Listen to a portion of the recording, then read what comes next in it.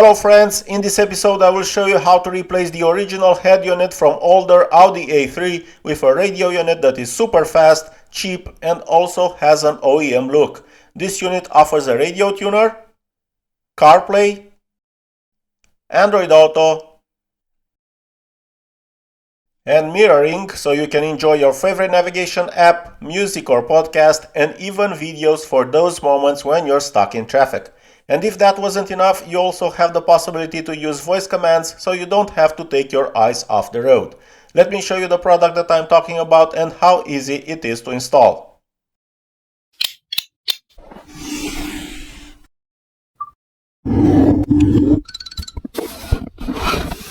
Inside this box you have a screen with a Linux operating system that can be installed on 2003-2012 Audi A3 with the following factory radios. Because REEIIO asked me to test this product, I also managed to negotiate a special discount code for my viewers. So after you add the screen to the cart, at checkout just use the 25% discount code REEIIODY and you can buy the screen for just $104, which is the best price on the market right now. This code also works for the other radio models. Let's see what we have inside. We of course have a wiring diagram. Don't be scared, everything is plug and play. I will show you all the steps right away.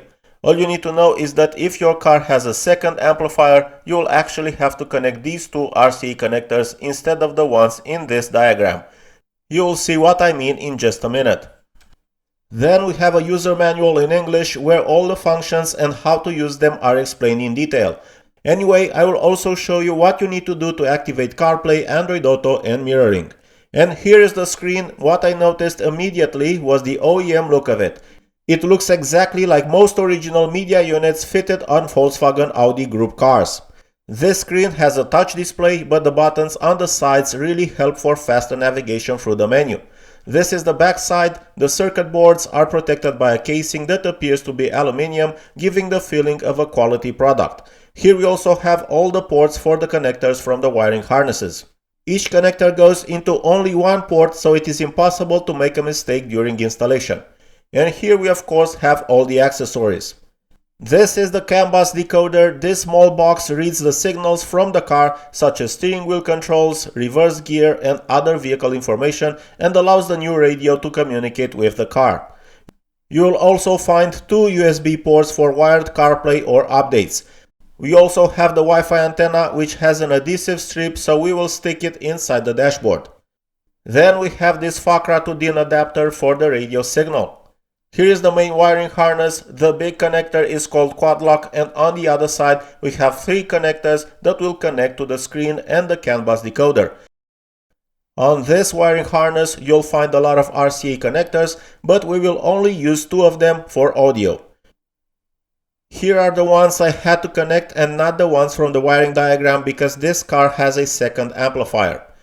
Here we have the video connector for the reverse camera. This is a great opportunity to install one on your Audi A3 as these cars were never equipped with one from factory. This is the second USB port. And this is a second main wiring harness. Depending on the connector on the back of your original radio unit, you can use the harness with the quad lock I showed you earlier or this one. Let me show you how easy it is to connect everything. As I said, each connector only fits into one port, so it is impossible to mix them up. This big quad lock connects to the quad lock from the original unit. This other small black connector is going to power the new radio unit and it goes here. This white connector with 8 pins goes here. The other white connector is for the CAN bus decoder. The only connectors left are the RCA aux left in and aux right in. Now I am going to connect the other wiring harness, the one with the RCA connectors, which goes here. According to the provided diagram, I connected the RCA connectors from the main wiring harness to these ones, but after the installation I had no sound, so I had to connect aux left in to RCA front left out and aux right in to RCA front right out. This may not be the case for your car, so just check which of the two configurations works. I don't usually install the USB ports, but I'll show you which goes where. Just keep in mind that the one for wired CarPlay and Android Auto is the one with 6 pins.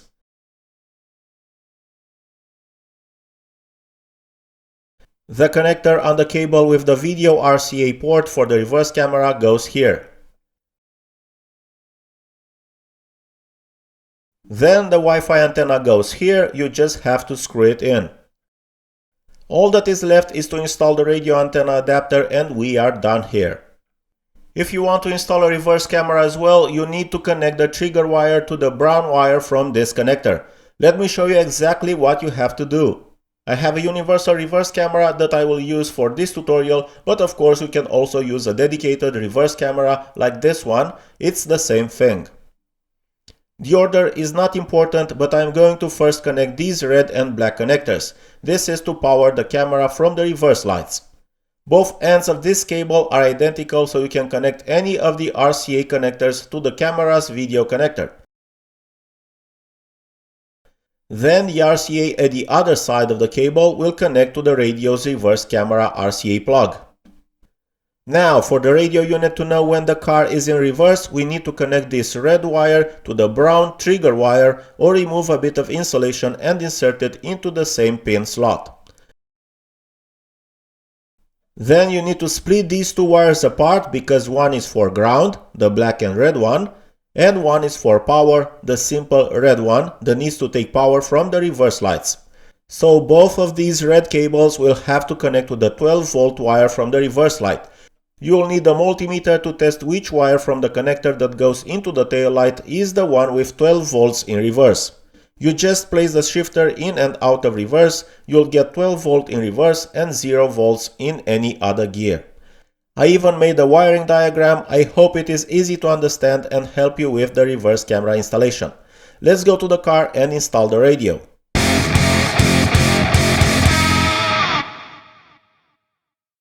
To take out the original radio, you will need 4 Audi radio removal keys. You can find them super cheap online. You just need to insert them with the flat side outward inside the 4 openings in the radio. After that, the radio unit will simply slide out. I really like this system because you can replace the screen in like 30 minutes tops. Here is how the system works. The key pushes the metal retaining clips inward and this releases the radio. Let's disconnect all the connectors from the back. For this connector, just lift this pink plastic lever and pull the connector out. For this double connector, press this plastic tab and wiggle it a little until it comes out. Same thing for this green connector. And for the quad lock connector, press the plastic retaining clip on the lever and then lift it. I put the original unit aside and now we can start installing the new one. I'll start with the Wi-Fi antenna because it has the longest cable. I will stick it right here where there is a perfectly flat surface. Try not to stick the antenna on metal or too close to other electronics. This connector will no longer be used because it was the power connector for the old radio. Now I'll connect the quad lock from the aftermarket wiring harness to the one that we took out of the original unit. Don't forget to lift the plastic lever first, otherwise they will not connect properly. For the radio, I will connect these two connectors. The other original connector you see in the back will also remain disconnected. This is how I realized I had no audio, so I connected the RCA connectors I told you about earlier. All that is left now is to slide the radio into place and start enjoying the new radio unit and all the new functions it comes with. I will start of course with the radio because it is the basic and essential function for any media unit. Momentul va fi în primejdea de a gândi că Dumnezeu le scuze păcatele. De aceea, Domnul Hristos ridică vălul viitorului și ne îndeamnă pe toți să privim asupra faptului că nu poziția cuiva, ci caracterul este... Scrolling through the menu is very fast and the touchscreen responds well to commands. The main menu is quite elegant compared to Android units, which always come with all kinds of car-themed interfaces that have nothing to do with the car where the unit is installed. From the settings menu and then system, we can choose between 8 wallpapers, but for filming I will choose the brightest one. In order to switch between mirroring and CarPlay or Android Auto, you need to go to Settings, Smartphone, Smartphone List and activate the desired function. Activating mirroring will disable CarPlay and Android Auto and vice versa. To connect a smartphone and activate either CarPlay or Android Auto, you just need to connect to the Bluetooth of the radio unit. The first pairing will take a bit longer because you need to allow some permissions. After that, you just turn on Bluetooth and it will connect automatically. The Bluetooth name of the screen is car followed by some random numbers. I always use real-time recordings for these moments because this is where you can actually see the quality of a CarPlay module or screen.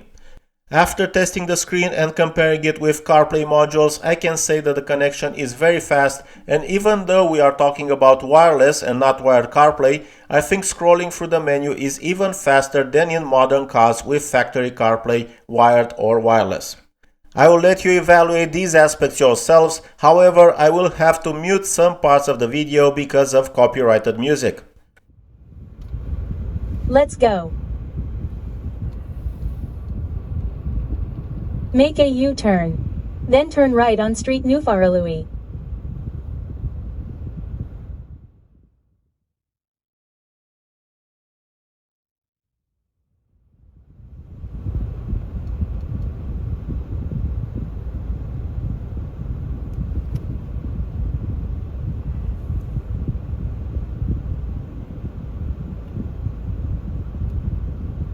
As you can see, the navigation apps run very well with almost no lag. You can of course use voice commands to ask Siri or Google to play your favorite song, change song, set a route in the navigation app, listen and respond to messages, and all without distracting your attention from the road. Hey Siri, play no copyright music on YouTube Music. Here's no copyright on YouTube Music.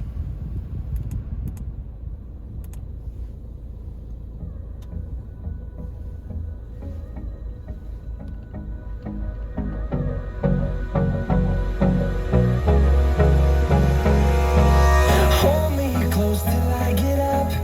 Time is barely on our side. I don't wanna waste what's left. Hey Siri, play Rammstein. Now playing Rammstein.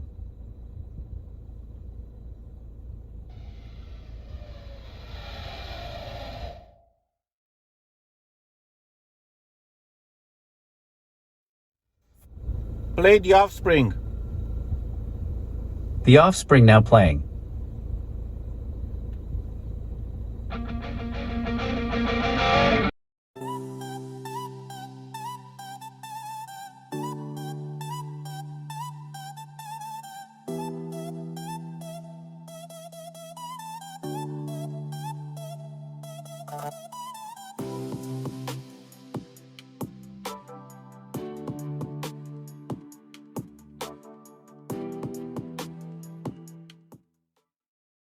Let's test AirPlay now. For this, you activate AirPlay in smartphone settings. Then connect to the Wi-Fi network, which also starts with car, just like the Bluetooth. The default password is 4 6s and 4 8s. After that, open the control center on the iPhone and activate AirPlay.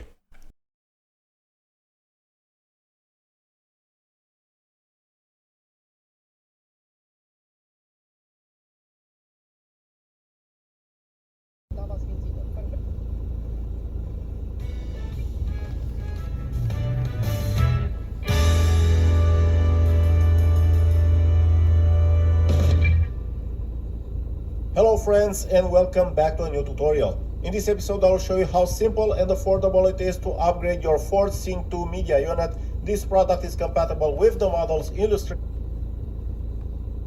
on personal preference. Here we have the Wi-Fi antenna. The signal is by 2 screws at the bottom, so we will remove them using an 8mm socket. Gas nigga getting clue. Fogo do poder, tá sem taca lá dentro do pau. Gratis în București. Yeah, I mean,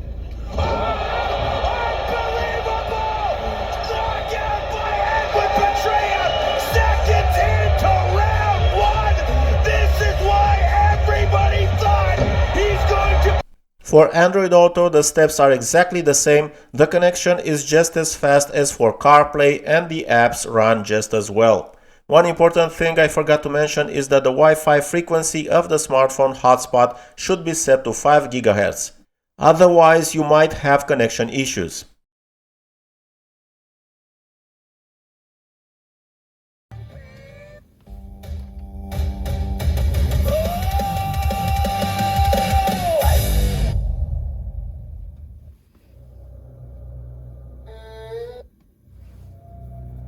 La un semn deschisă-i calea și se apropie de cort.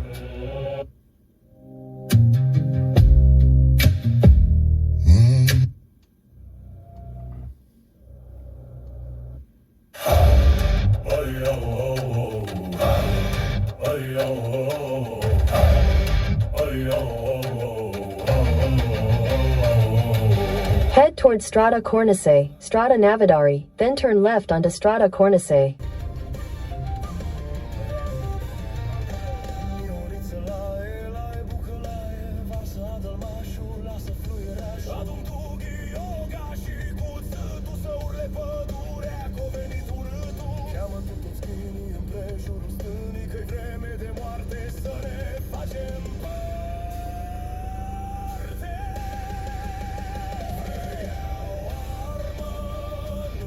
London Ultra Low Emission Zone en route. Head towards Strada Cornice, Strada Navidari, then turn left onto Strada Cornice.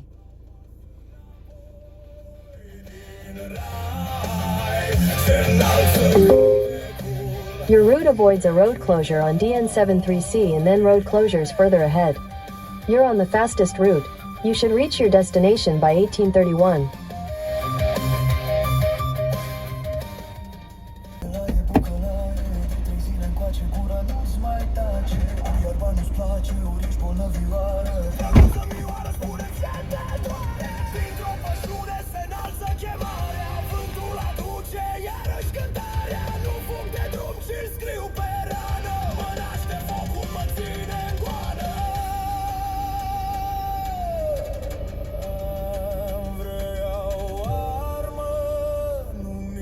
Because Android does not have built-in mirroring function like iPhone AirPlay, you will need to install the AutoLink app and then connect to the screen's Wi-Fi network.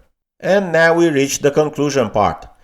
Those of you who are subscribed to the channel know that I tested dozens of Android units, CarPlay modules, AI boxes, and so on, so I have a pretty good reference system. I can say that this screen is a great upgrade for all the cars that didn't even come with Bluetooth audio. You no longer need to mount your phone on the windshield, navigation instructions are heard directly through the car speakers, you have voice commands to play any song you want or even set a route on the navigation app. The screen also has a built-in microphone for calls, so I also tested the call function and the sound during calls is very good on both ends. For a price of only $104 if you use the discount code shown on the screen right now, I think this screen is worth every penny. Thank you for watching my installation tutorial and review for this screen. Don't forget to reward the effort put into it with a simple like, comment and subscribe. I wish you safe travels and all the best. Bye bye.